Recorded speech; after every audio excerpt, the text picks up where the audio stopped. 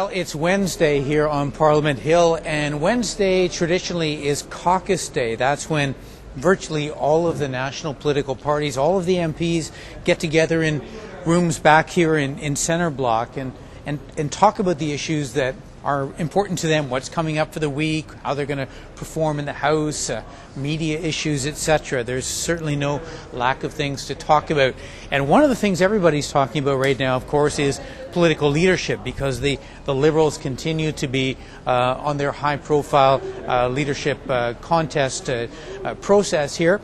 And I thought, we'd talk for a few days here to some Liberal members of Parliament who are part of the kingmakers, part of the process in the background about how a leader is chosen, who they're backing, and why. Today, we're going to talk to someone who's quite familiar to Canadians, Judy Sgro.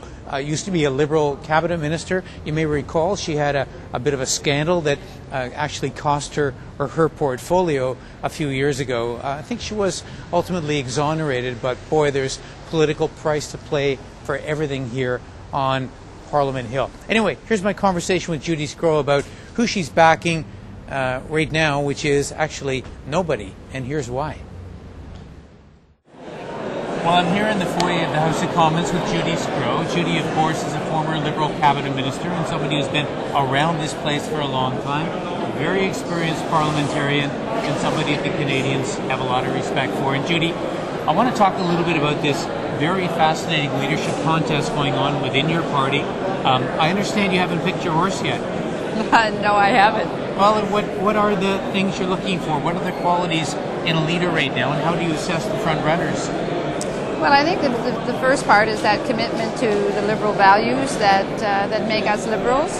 Someone who clearly puts Canadians first, cares about the public, and shares the same kind of thought process, I guess, that I do. I think it's great that we have, a variety of candidates, and so I'm taking my time in making the choice. Now, the two front runners, of course, Mr. Ignatieff and Mr. Ray, are very interesting individuals. Mr. Ignatieff has no track record but no baggage. Mr. Ray has a lot of political skills, and yet he's got baggage. So how do you, as a potential delegate and a person of influence within the party, how do you weigh those two things? They're so different, aren't they?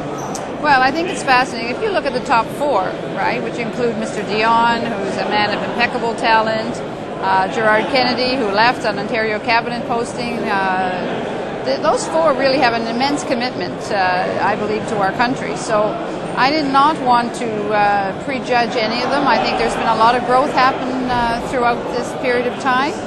And trying to weigh the pros and cons of each of them is quite fascinating, and talking to them, getting their views on a variety of issues, because I believe it's really important who our next Prime Minister is, and I'm hoping, of course, it will be a Liberal Prime Minister. And I want to make sure that I am reflective of the views of my constituents. So I'm polling them everywhere I go, talking about what they want, and they've given me a huge opportunity. I mean, they've given me 85% of the votes undeclared.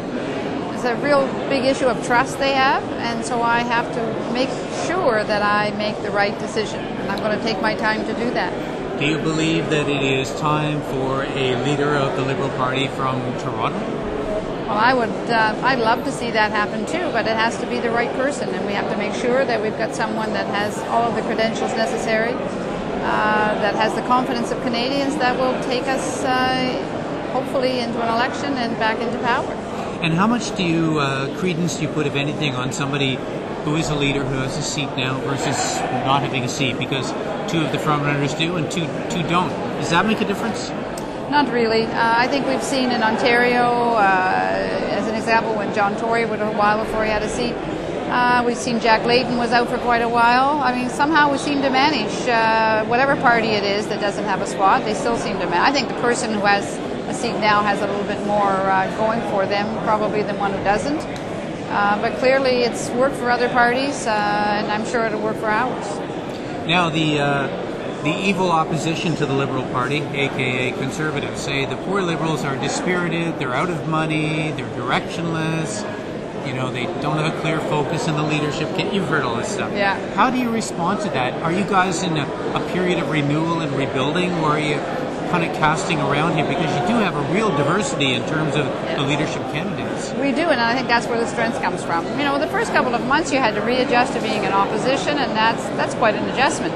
It's good for you. But I think it's been good. It's been healthy. We've come back in September. We're full of fire and vinegar. We're excited about the future and excited about where we're going. And it took a couple of months to get all of that together, but it's clearly there. We're having great caucus meetings on Wednesday mornings. We're full of, I guess, zip and vinegar, as my grandmother might say, and really looking forward to putting forward policies and issues that really make people feel renewed. Lastly, Judy actually came to the pension conference that we put on yesterday. I noticed you there for quite a while, and thank you for doing that. I really appreciate the support. Did you come away feeling you were supportive of the issue any more than you were when you went in, or do you feel that the salient points were covered there? Well, I was only able to stay about 45 minutes into it, but I had 2 meetings in my status of women's committee on pension splitting to come up.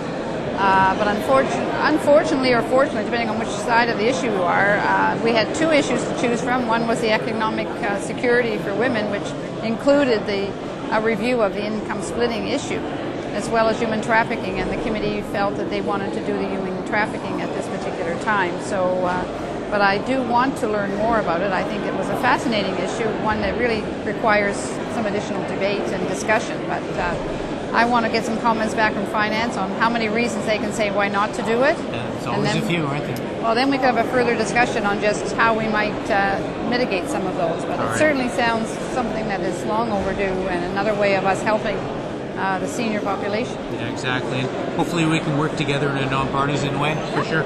All right, Judy Sgro, thank you very much for being with us, and thanks for watching MPtv. Thank you very much, Garth.